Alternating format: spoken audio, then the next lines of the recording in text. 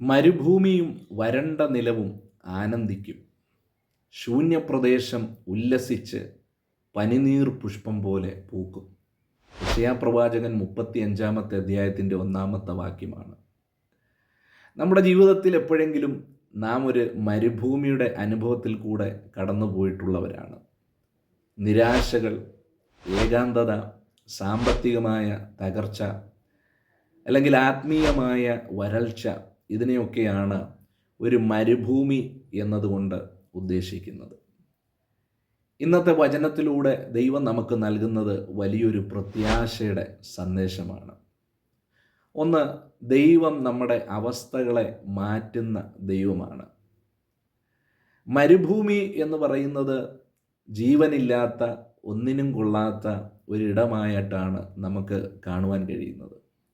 എന്നാൽ ദൈവം നമ്മുടെ മരുഭൂമിയെ തൊടുമ്പോൾ അവിടെ മാറ്റങ്ങൾ സംഭവിക്കാനിടയായിത്തീരും.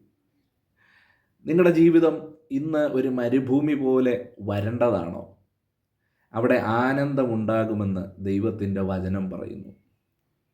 മനുഷ്യർ ഉപേക്ഷിച്ച ഇടങ്ങളെ ദൈവത്തിൻ്റെ ഉല്ലാസത്തിൻ്റെ വേദിയായി ദൈവം മാറ്റുവാനിടയായിത്തീരും. 2, ശൂന്യതയിൽ ദൈവം ഉല്ലാസം നൽകുന്ന ദൈവമാണ്. ശൂന്യപ്രദേശം ഉല്ലസിക്കുമെന്നാണ് ദൈവത്തിൻ്റെ വചനം പറയുന്നത്.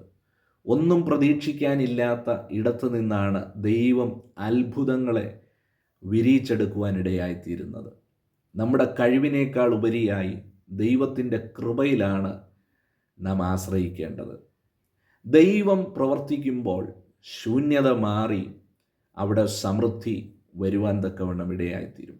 വചനം പറയുന്നു, മരുഭൂമി പനിനീർ പുഷ്പം പോലെ പൂക്കും. ഹല്ലേലൂയ.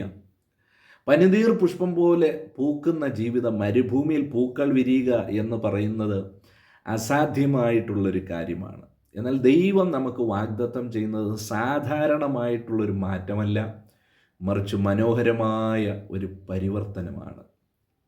ഈ പനിനീർ പുഷ്പം എന്ന് പറയുന്നത് സൗന്ദര്യത്തിൻ്റെയും സുഗന്ധത്തിൻ്റെയും പ്രതീകമാണ്. നമ്മുടെ തകർച്ചയുടെ ഇടങ്ങളിൽ നിന്ന് ലോകത്തിന് സുഗന്ധം പരത്തുന്നൊരു ജീവിതത്തെ ദൈവം പണിതെടുക്കുവാനിടയായിത്തീരും. ഈ വാഗ്ദത്തം നമ്മുടെ കഷ്ടതകൾക്കപ്പുറത്തുള്ള ദൈവത്തിൻ്റെ മഹത്വത്തെ കാണിച്ചു തരുന്ന ഒരു വാഗ്ദത്തമാണ്. ഹല്ലേലൂയ. പ്രിയമുള്ളവരെ, ഇസ്രായേൽ ജനത പ്രവാസത്തിലും കഷ്ടതയിലും ഇരുന്നപ്പോൾ ദൈവം അവർക്ക് കൊടുത്ത ഒരു വാഗ്ദത്തമാണിത്. ഇന്ന് നമ്മൾ കടന്നു പോകുന്ന വരൾച്ച അത് ശാശ്വതമല്ല.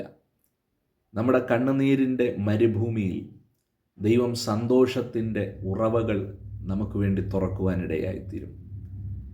നിരാശയുടെ വരണ്ട നിലങ്ങളിൽ പ്രത്യാശയുടെ പൂക്കൾ വിരിയുവാനിടയായിത്തീരും. ദൈവം തൻ്റെ വചനത്താൽ നമ്മെ ഏവരെയും അനുഗ്രഹിക്കുമാറാകട്ടെ. ആമേൻ.